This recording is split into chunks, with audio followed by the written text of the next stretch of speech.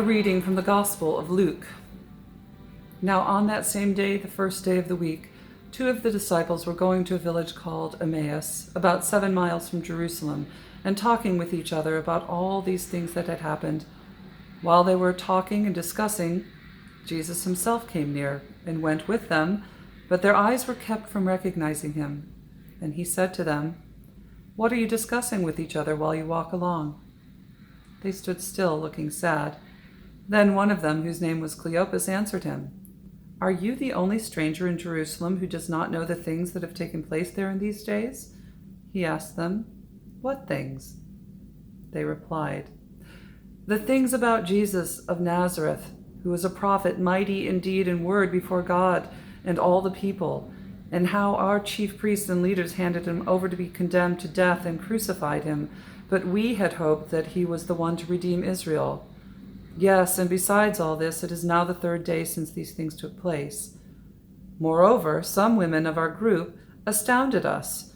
They were at the tomb early this morning, and when they did not find his body there, they came back and told us that they had indeed seen a vision of angels who said that he was alive.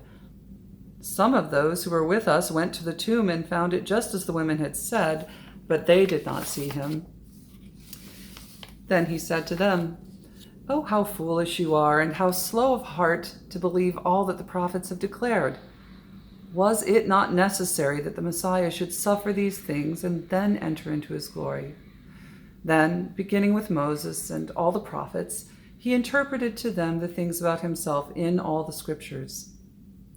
As they came near the village to which they were going, he walked ahead as if he were going on, but they urged him strongly, saying, "Stay with us, because it is almost evening and the day is now nearly over." So he went in to stay with them. When he was at table with them, he took bread, blessed and broke it, and gave it to them. Then their eyes were opened, and they recognized him, and he vanished from their sight. They said to each other, "Were not our hearts burning within us while he was talking to us on the road, while he was opening the scriptures to us?" That same hour, they got up and returned to Jerusalem, and they found the 11 and their companions gathered together. They were saying, "The Lord has risen indeed, and he has appeared to Simon." Then they told what had happened on the road, and how he had been made known to them in the breaking of the bread. This story from the road to Emmaus, famous Christian story, the story of Jesus appearing to his believers after the resurrection. Always a powerful story, but strikes me as particularly important in this time as we ourselves are going along on the road, burdened down by many things, and either talking with our friends or talking to ourselves, and going along and not really paying attention to much else that is going on around us.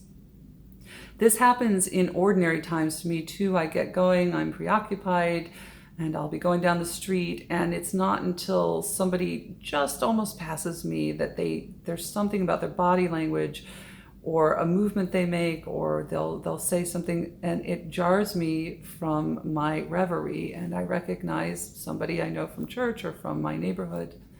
It happens especially now as people's faces are covered. It's very easy to zone out and to be thinking very much about what's on my own mind. And I'm reminded by this story that even in the midst of what we perceive to be great disaster and challenge unfolding around us, as was the case for these 2 on the road to Emmaus, that even then it's possible for Jesus to sort of slide up next to us and be walking along, for us not really to catch on at first. I see a little bit of almost a mischievous side of Jesus in this. I'm like, "Oh, do tell me, what is going on?" And then, of course, he doesn't leave them in that place of wondering, but greets them and confronts them lovingly to say, "Are you forgetting everything you have been told and taught from the beginning of the prophets and their proclamation? Are you forgetting everything you know as a person of faith? That God has already said, I am with you through thick and thin, through no matter what." And Jesus, of course, unveiling to them his presence in his actions. Again, they're going along very preoccupied, and it's not until they're at the table with him and there's that familiar body language, that familiar motion of Jesus taking, blessing, breaking, and giving the bread, that they suddenly are jarred out of their reverie to see him. And then he vanishes. And so in this strange time in which we find ourselves, where we have many things that we can be worrying about and wondering about and planning about and reacting to, let us take heart in this story from the Gospel of Luke that reminds us that the risen Christ is known to sneak up on us and to be walking alongside us even when we don't quite recognize it. And that Jesus has promised he is with us always to the end of the ages. And this is our opportunity as we gather together and journey together, walk the road together, that we might be watchful for one another on the street, and that we might be watchful and just see if Jesus hasn't snuck up on us to tell us some stories and to feed us with his love. Amen.